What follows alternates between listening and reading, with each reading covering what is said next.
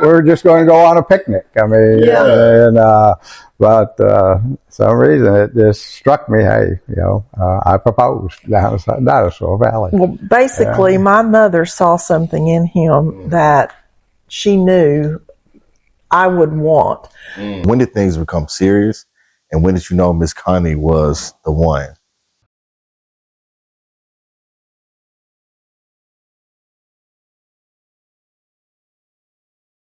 How y'all doing? This is AG Speaks. I'll be your host for this evening. And look, I have a treat for y'all today. I have beside me two beautiful individuals that I happen to have met at IHOP over breakfast, right? We were talking and they began to share with me their love story and their dedication to our country and also their dedication to each other. So I'm not going to hold y'all up. Without further ado, I introduce y'all to Mrs. Connie and Mr. David Muzzy. Did I say that right? Muzzy. All right, clap it up. Yeah, all right. Okay, thank y'all first of all for inviting me to y'all home. Very beautiful. Y'all are very sweet individuals, and I just thank y'all for the opportunity. Appreciate it. Okay, so let's tell the people, how long have y'all been married? Over 50 years now. It was 50 years, August 3rd. August 3rd, Yeah. over 50 years. 2024. Yeah. So 50. Oh, well, it's 50 years and a few months Okay. now. Right. Yeah. Yeah. So y'all just hit 50. Yeah. We Uh-huh. married August 3rd, 1974. 1974, August 3rd. Wow. How does it? Well, can't believe it. It's gone pretty fast. It has. It really has. Yeah. So tell me, let's see. Where y'all originally from? I'm originally from Massachusetts. Okay. Grew up in a little town called Athol, a little factory town up there. And finished high school, was working, and the draft was coming along, and decided that rather than let Uncle Sam take control of my life, I was going to join the Air Force before he could get to me. So in 68, I was 19. 19. Okay. So, Miss Connie, where are you from? I'm originally from Corpus Christi, but I consider Dallas my home. Because Okay. I've been there. We moved there when I was in 4th grade, and so I did all my basic growing up there. Yeah. So, what was life like before meeting Miss Connie, Mr. David? What was it just like? Well, I was in the military when I met her, so I went through basic training at Amarillo Air Force Base up in the Panhandle. We didn't go to San Antonio, which I expected to, but didn't do that. But went to Shepherd for tech school, and then got stationed at England Air Force Base, Alexandria, Louisiana. Yeah. So I was, I think at that time, either airman or airman first class. And so working on airplanes over in Louisiana, trying to get used to the culture there from New England down to Louisiana. So not too much culture shock. Had some great friends that I met there. And so one was from Georgia. So that's how I met her. And I went down to Florida with my friend, and down to Panama City. Never seen a beach so beautiful in Panama City. So. Yeah, so just living life there as a young military, enlistee. So working on airplanes. You were you were not an airman first class. You were an airman. Just an airman. When I had just met you, then you started that. Yeah, that. Okay. Wow, that's awesome, Miss Connie. What were you doing when you? When we met, I was 16. He was 19, and I was still in high school. Okay. And so I was getting ready to be a senior, and just, doing high school things, and met him, and I wouldn't have really, I didn't mind talking to boys, but I would have never gone anywhere with them. And I went to the amusement park with him because I felt comfortable. I know that's not a good excuse, but anyway, we went to the amusement park just across the street, and and my brother had met him. Okay. And so Mother was looking for me, and Bruce, my brother, said, "Oh, she's off with some Air Force guy." Scared my parents to death. So, Wow. How was that? Meeting her brother. So He was younger, and so she was looking for her brother there. Yeah. And I was just up on the balcony of the hotel, and she was just walking by, and we just struck up a conversation. Yeah. And she went off looking for her brother, and came back through a few minutes later, and we kept conversing. And I just invited her to go across the street to the amusement park. Okay. So, yeah. Wow. That's beautiful. Yeah. So who kind of showed interest first, or kind of feelings first? Oh, it's definitely me. yeah, definitely him. Definitely, Yes. yeah. Yes. I was always kind of shy around girls, but just talking to her, it just flowed. It just felt so comfortable having a conversation, and we didn't have to grasp for anything to talk about. Whatever we, came up, we talked about, and just had a great time. I was very comfortable and just enjoyed it. Yeah. Okay. But then when I met her parents, her mother gave me the 3rd degree without me knowing it. She had a knack for extracting information without you even realizing. got his intelligence, right? Got his life history, and so, in an hour. Yeah, so I think she felt comfortable after she realized my background, and I was just enjoying being around her daughter. So. And when Mama invited you to dinner the next night, because we were in a motel that had a little kitchen, so you came for dinner, and that's where you got the 3rd degree. Oh, yeah. But when we left Panama City, Florida, we were there on vacation, my family and I. My mother said, "That boy likes you." I said, "Oh, Mama, summer things, they don't ever amount to anything." Right. Next thing I know, he is won Airman of the Month in England, and they get to fly him Down anywhere the within a 350-mile radius. Wow. Guess where he came? He chose to go. Love Field. Dallas. Yeah. So, They flew me down to Love yeah. Field. So Spent the weekend. So they flew you out to Dallas. Did you have the intent on seeing Miss Connie? Oh, yeah, that was the whole thing. It was like Yeah. you already so. Yeah. oh yes, Yeah, her parents invited me to come Yes, spend but- the weekend with them. yeah, they made. yeah.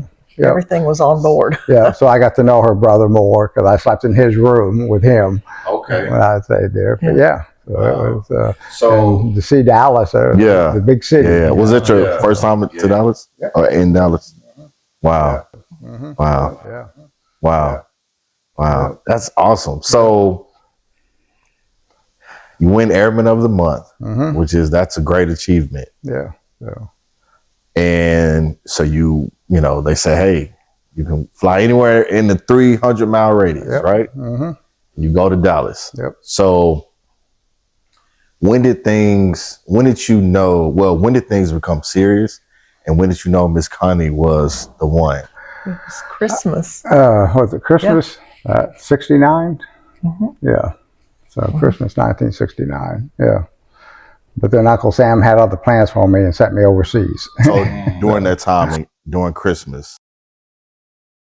Yeah, I was at her house during that time. So he didn't go overseas till August. So God, Next okay. year. So, but in the meantime, we went to the prom together, and that was exciting. But you were still over in Louisiana the whole time. Yeah, God orchestrated I didn't have a vehicle, but someone in my squadron came to Dallas almost weekly, if not at least once a month. Wow. So I just hitched a ride with him and was able to drive to Dallas and then back to England Air Force Base after the weekend. That was a God appointment. God's timing is everything. And he knew how he felt, and he expressed it to me, but he didn't ask me for, do you feel the same way?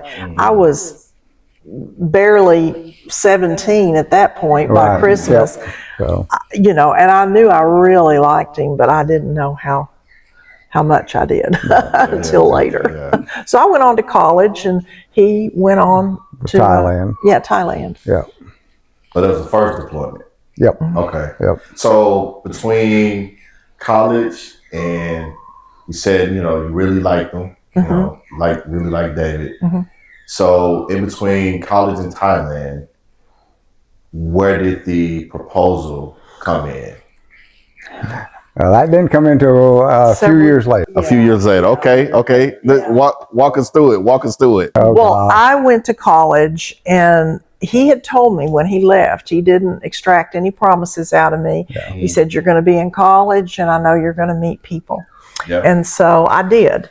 And so we were still writing, and then it was just a breakaway. You stayed real involved with my mother.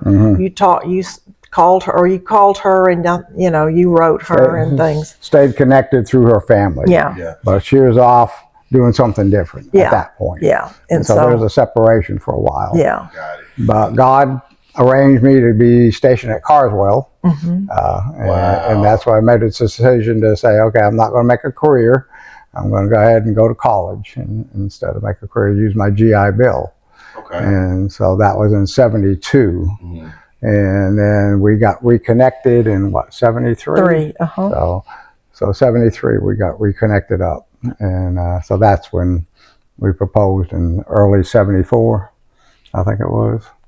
Yes, it was over at Dinosaur Valley. Yep, down in Glen Glen Rose. Rose. Yep. Y'all looking for dinosaurs? We did. So yeah, we're just going to go on a picnic. I mean, but some reason it just struck me. Hey, I proposed down at Dinosaur Valley. Well, basically, my mother saw something in him that she knew I would want, and it took me a long time to come around.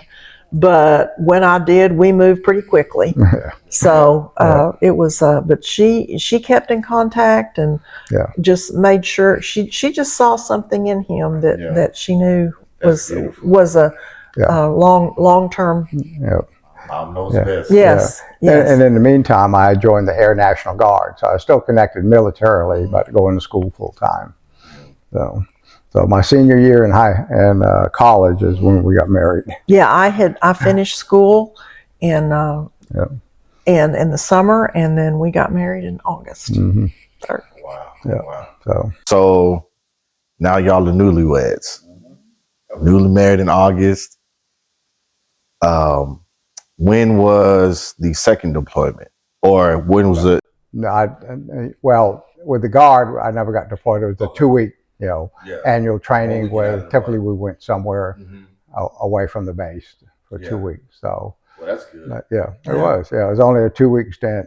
So, So never too far. No. Never too. Yeah. Went to Germany one deployment. Yeah, and but then that you was went to Hawaii. the 2 weeks though. It wasn't a year deployment. Right. No. But you did go back to Thailand for 6 months During my before we were married. Yeah. I went to Thailand for a year, got to station at Carswell, but then got redeployed back to Thailand for 6 months. And what were you, a crew chief? A crew chief on a B-52 at that time. Still aircraft maintenance. Okay. Yep. So you were. So you probably was working in tandem with Lockheed Martin at the time. And correct me if I'm wrong, because I think they were doing a B-52 at one point. Maybe I'm wrong. B-52's been around a long time. Right. They had many upgrades. Okay. So most of it's been electronics and engines. They're still flying. Yeah. Amazing aircraft. Yeah. So you were in Thailand. So y'all were serious at that point. No, wasn't serious. Separation. Okay, that was the okay. Got it. Okay. Out of the activity going to college. Okay. And I didn't ask you, Miss Connie, where did you go to college? I went to Texas. Okay. In Denton. Yeah. Okay. Shout out to Texas Women's. My brother, he went to UNT, and that's where he met his wife. Oh, is that So right? she went to Texas Women, and he went to UNT, and they yeah. And so you're a Horned Frog. No. You're not a Horned Frog. Okay. I went to UT Arlington. Okay. So that's the reason I joined the military. The Air National Guard was to get in-state tuition. From being from Massachusetts, I had to pay out of state. But if you're part of a military organization in Texas, you get in-state tuition. So that's the main reason I joined the Texas Air National Guard. And then I stayed there for 36 years. Yeah. Wow. the Guard and Reserve. So Yeah. So walk me through you moving up in ranks. Obviously, had to go to officer school and all of that. What was that experience like for you? this was 1979, actually late 78. I had finished my undergraduate degree and working on a master's at college. And was I work? Yeah, I was working for E-Systems at that time. Started working full time, finishing up my master's, and I was in civil engineering with the Air National Guard at that point. I transferred from aircraft maintenance into civil engineering. And so there's a position for an officer in civil engineering that came open, and I applied for it and got accepted. So in December 78 through March of 79, I went to Knoxville, Tennessee, to the Air National Guard Commissioning School called the Academy of Military Science. So, 6 weeks. 6 weeks. So she stayed home. I drove there, and every night I would call her and say, "This is what I learned today." And it was, they beat you down for 3 days, but then the rest of the 6 weeks was just a very, very positive experience for me. It helped define leadership and what my role would be, and so it was just I credit the military for a lot of my success in life and in the career. That's wonderful. And they taught him how to fold clothes. And wash. that was a basic I training. know. Hey, look. Yeah. Discipline. It's very disciplined. Discipline. That's right. That's right. If anything, you got to have discipline. He can wash, fold, and iron too. Triple threat. There you go. So, at what point did y'all have kids? Where did That was 11 years later. We both worked and we just really didn't care about having a family at that point. Mm-hmm. And just young and in love. It brings back that first time we met in Panama City. Yeah, we had a lot in common and we enjoyed each other's company, and we got along, and there's never any problem. And so finally, when I became 30, you were 32, 33, and I was 30. And then we thought, well, are we going to have these kids or a kid, or what are we going to do? And so we decided all I wanted really was one. So he would have been happy with 4 or 5, but it wasn't going to be with me. No. So we had a daughter in 85. Yeah. Oh, okay. So we married 11 years, 74 to 85. Yeah. So beautiful. Yeah. But during that 11-year period, we got to see more New England than my 19 years growing up there. He had never been to Boston. Yeah. Really? Right. So middle of the state, they stayed there. They didn't go east. I've never been to Boston. What's one place you would recommend? In Boston? Yeah. There's so much history there. Oh my goodness, what is that? Nathaniel Hall. Yeah. And the Quincy Market. No, it's Faneuil Hall. Faneuil with an F. Okay. And then there's Quincy Market. Quincy Market, the North Church. Where were the witches? Where was that? Oh, that was in Salem. Salem, Witch Museum. Concord. Just so much history. There was so much. If you get a chance, the Italian section of Boston.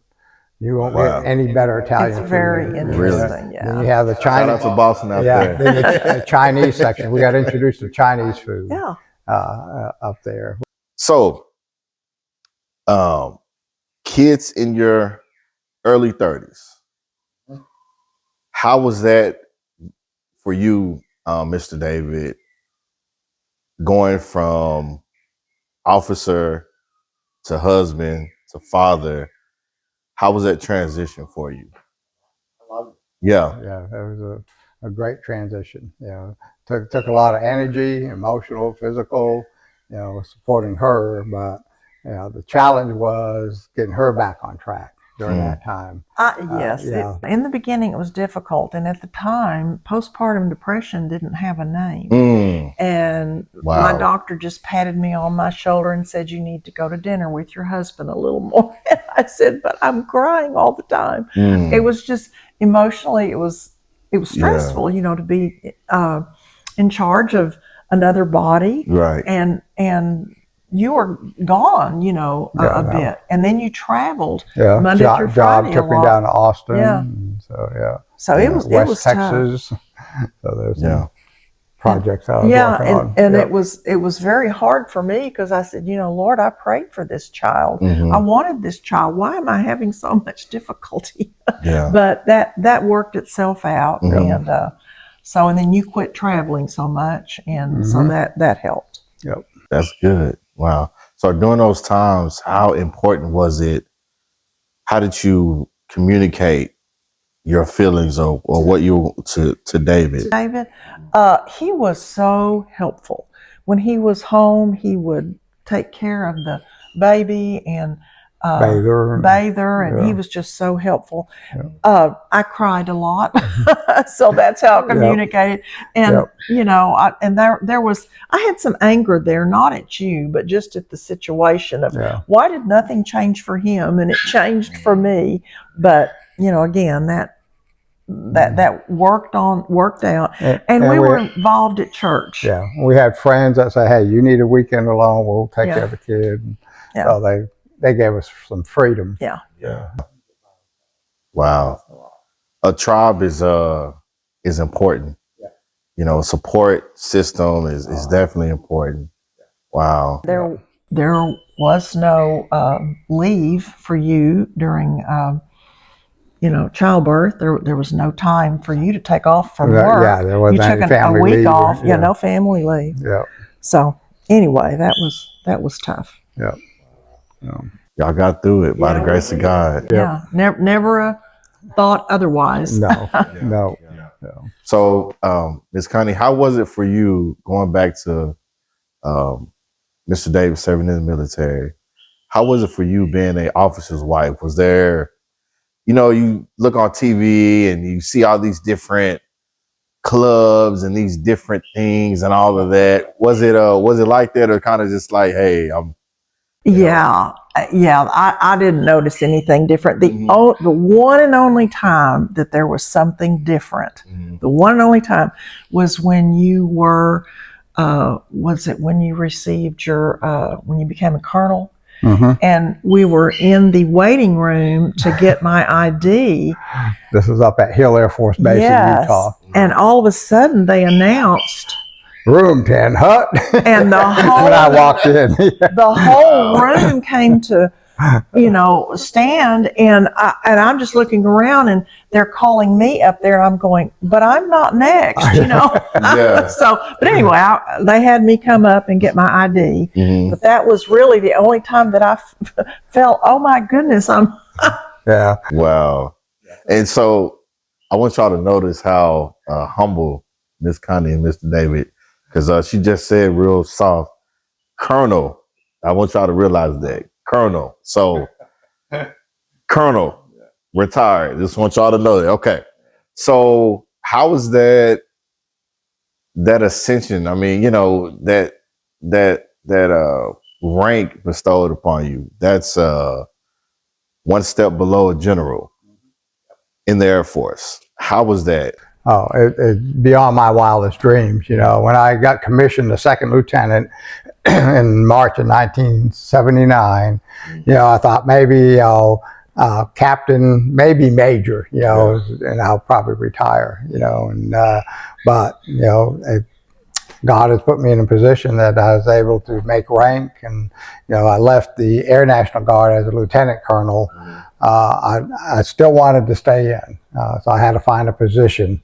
And so there's a program with the Air Force Reserve called the Individual Mobilization Augmentee, IMA program. And so they take a reservist and place them into an active duty Air Force unit as a reservist. And so I was able to find a position up at Hill Air Force Base in the 75th Civil Engineering Group. Usually a squadron commander, with the highest ranking you make is lieutenant colonel, and that was what I was at the time, the 136 Civil Engineering Squadron Commander with the Air National Guard. But transferring over to the Air Force Reserve gave me an opportunity to make this colonel position. And so, but you still have to get your performance review. We scrutinized, and so I was able to connect up with some great mentors at Hill Air Force Base that allowed me to do that.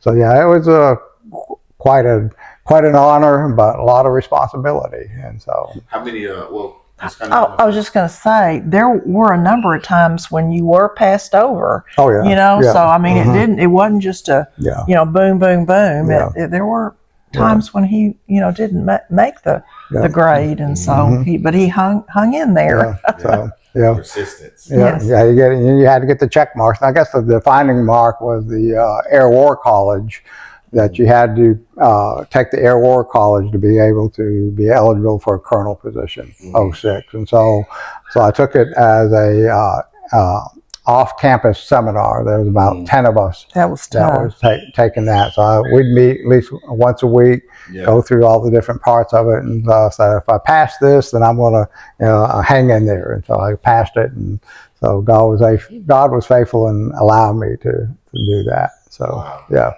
So how many years of service? Well, it was 4 years active duty 4 years. and active. 36 the Guard Reserve. So I actually had Had 40 40. years and 6 months. 40 years. Wow. So all that time in service, dedication to your country. Now it's time to retire. How did you break the news to Miss Connie? And Miss Connie, how did you feel when when Mr. David told you that? She has a great line for this. What? I'm the oldest what? Let's hear it. Oh, I said he was the oldest living reservist. Yeah. Yep. So yeah, there's a requirement that at age 60, if you don't make general 07, then you have to retire. And so About 60. yeah, at age 60. So I was 59. I was going to be 60 in December. So April, when I was 59, they said, okay, that's your retirement date. And so I said, that works for me. Right. And during all these years, I mean, there's inconveniences because he wasn't there. And, I was ready. I don't think I said I'm ready for you to quit, but he could tell by my attitude. Yeah. And he said, just hang in there. He said, it'll be worth it to us in the end. Well, you don't, when you're 30 years old, you don't look to the future and know what that means. Yeah. Miss Connie, you said that it was Mr. David told you just to hold on, hang in there. It's going to be worth it one day. So, well, there goes that. This is G. Put that in the bloopers. So you told her that it was going to be worth it, and so is it worth it? It's been worth it. It has been. Insurance has been wonderful, having the TRICARE for Life, and it's just been nice. Having the extra retirement has been nice. Yeah. And so he's going to a retirement at tomorrow. No, today. Yeah, today.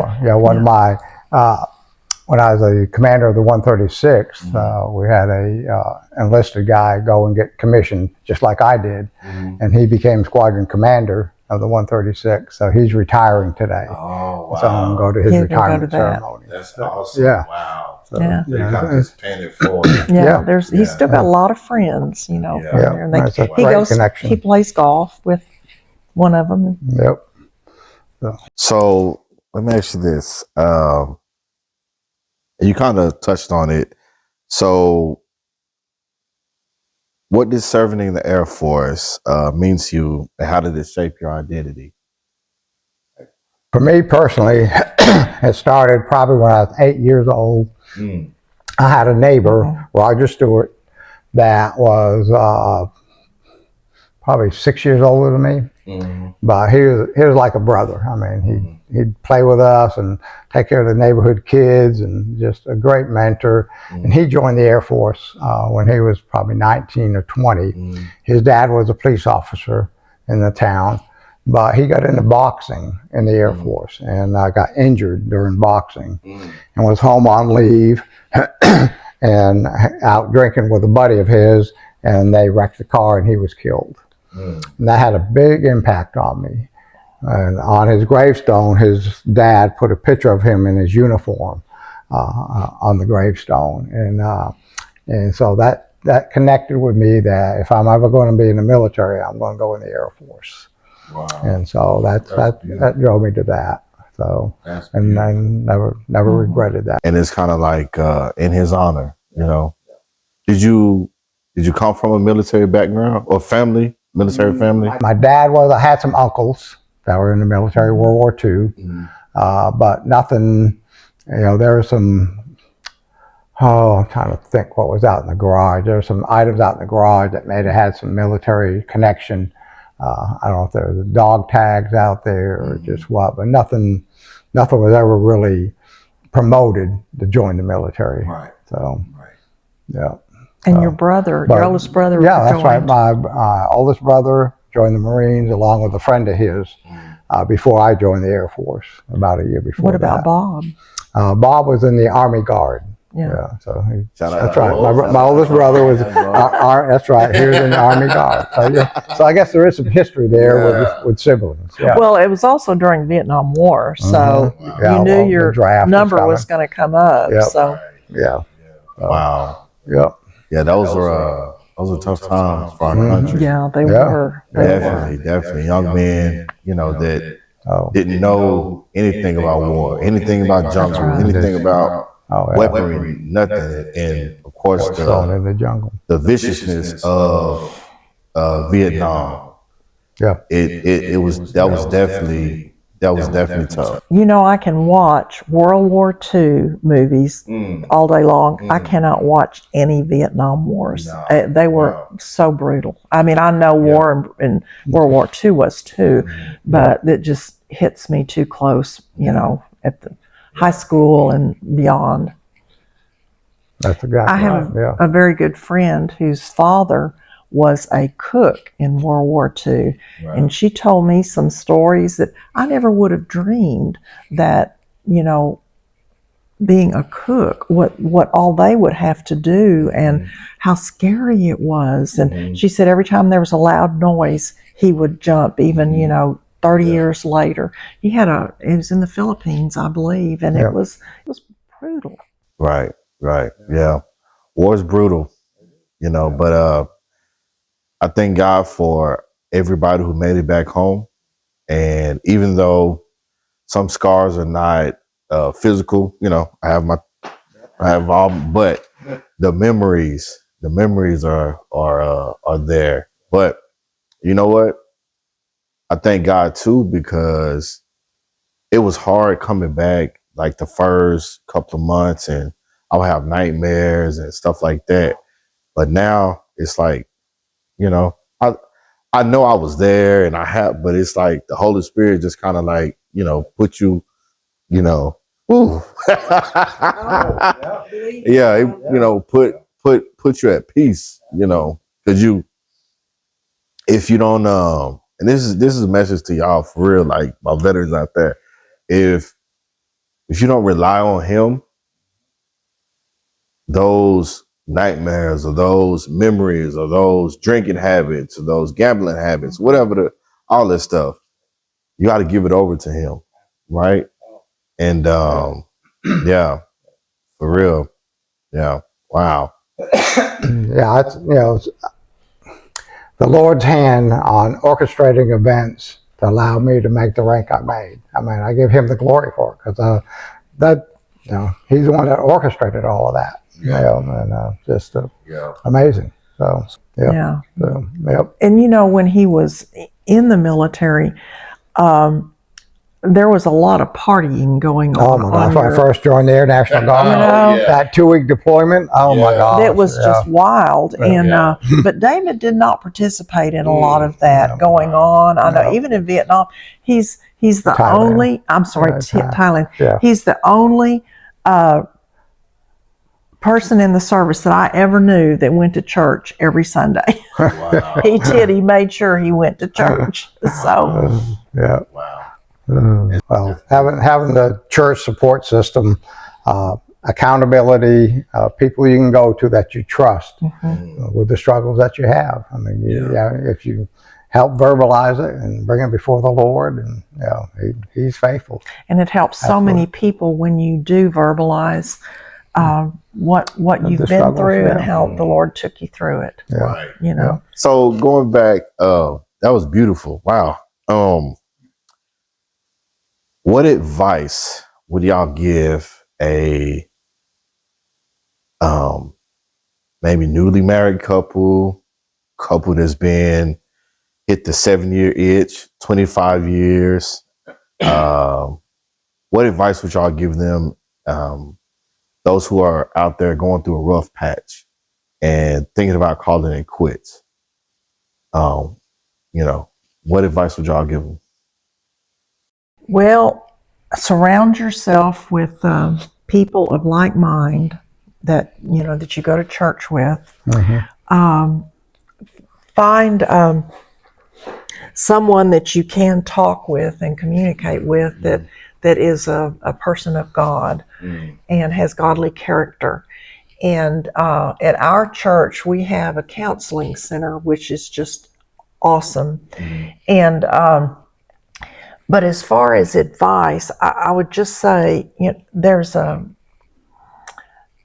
bond that you have with that person that is different than if you're just living together. You told God you loved this person, and you've married this person, and your intent when you marry is to stay married. Right. Now, I know there's extenuating circumstances, definitely, but my parents were married, 50 some odd years, 57, 50, I don't know, something like that. Wow. And that's all I had ever known. David's parents divorced, but anyway, it's just, you just have to come to an agreement that you want this to continue. And and we just never let anything interfere. We just, never tempted, I'm just stay away from temptation and just don't, and the people that you're with, that has a lot to do with what If you surround yourself. Oh, yeah. Exactly right. Who you surround Yes. yourself with. has a lot to do.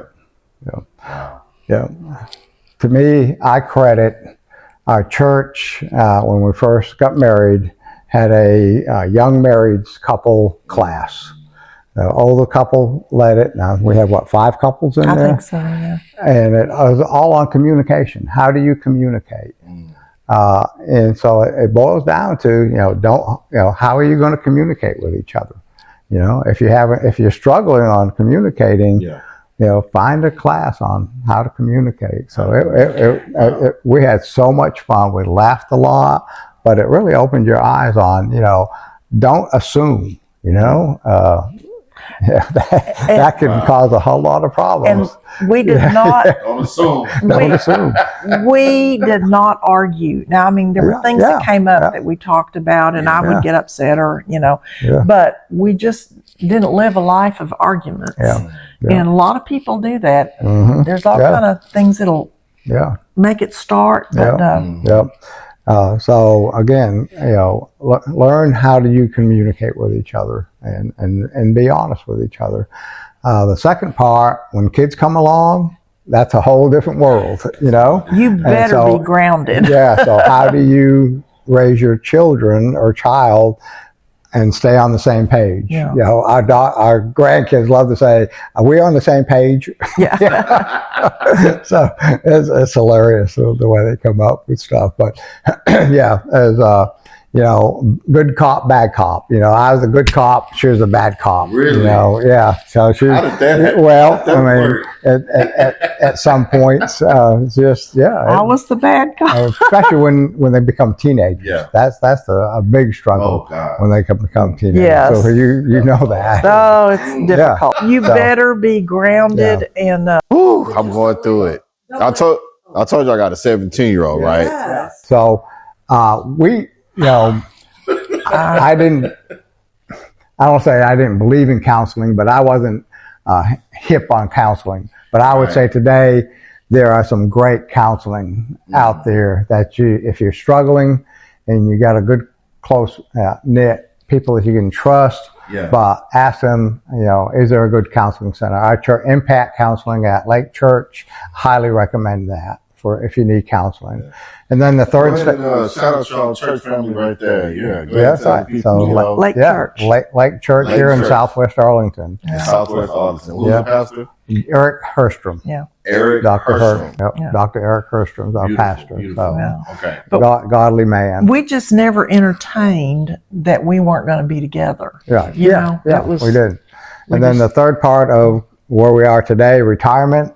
How do you retire and still love each other and have interest with each other? I asked that question at a retreat with about 6 other guys. Probably 6 years ago now. And what I gleaned out of that is, what is sacrificial love to you? How do you sacrificially love your spouse?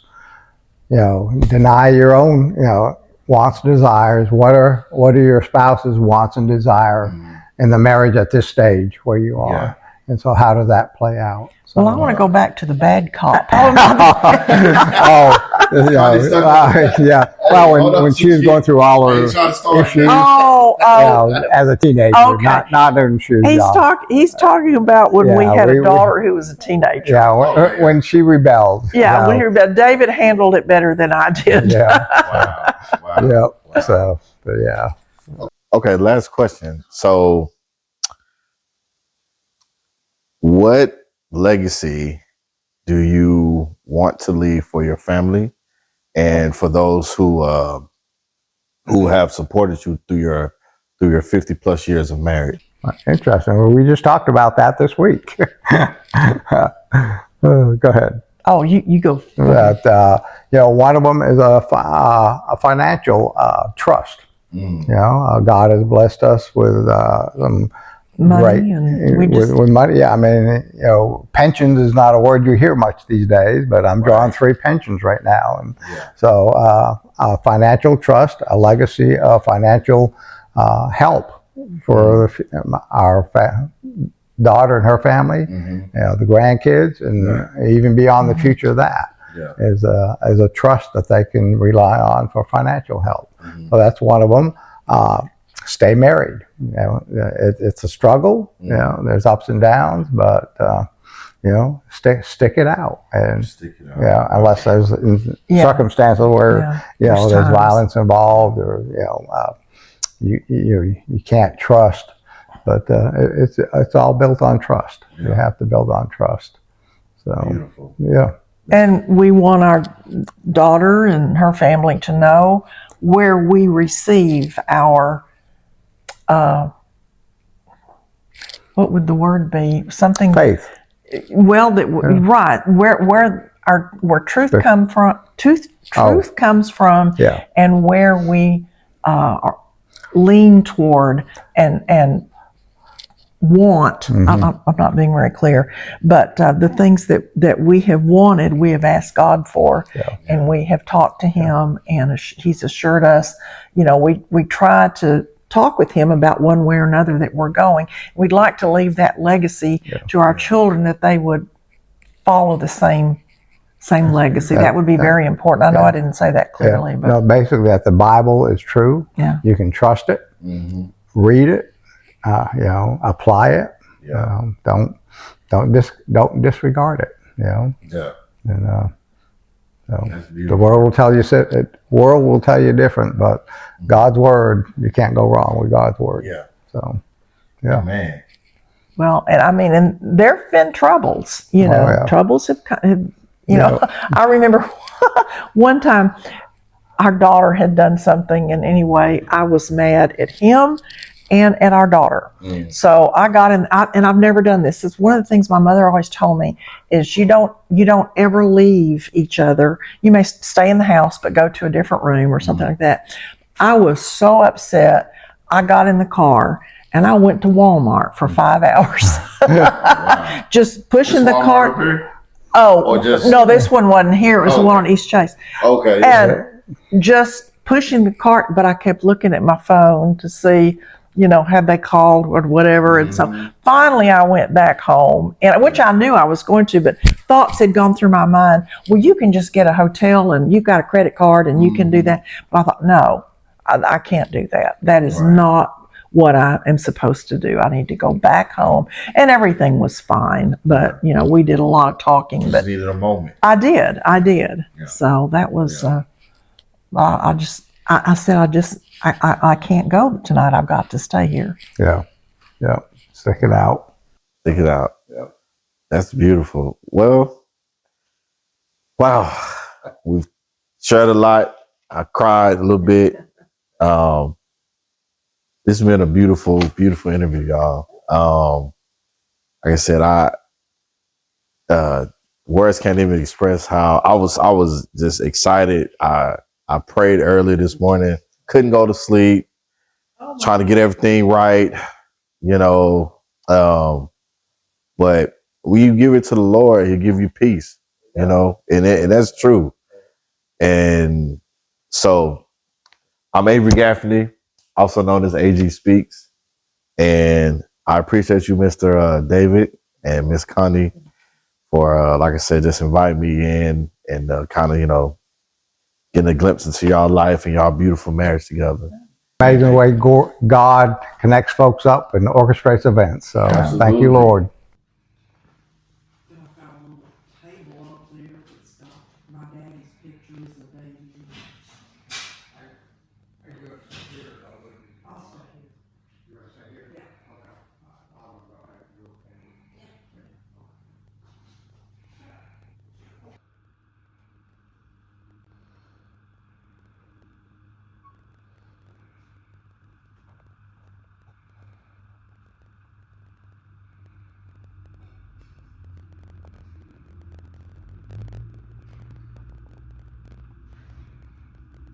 Just said one of the best things about being in the military is USAA insurance.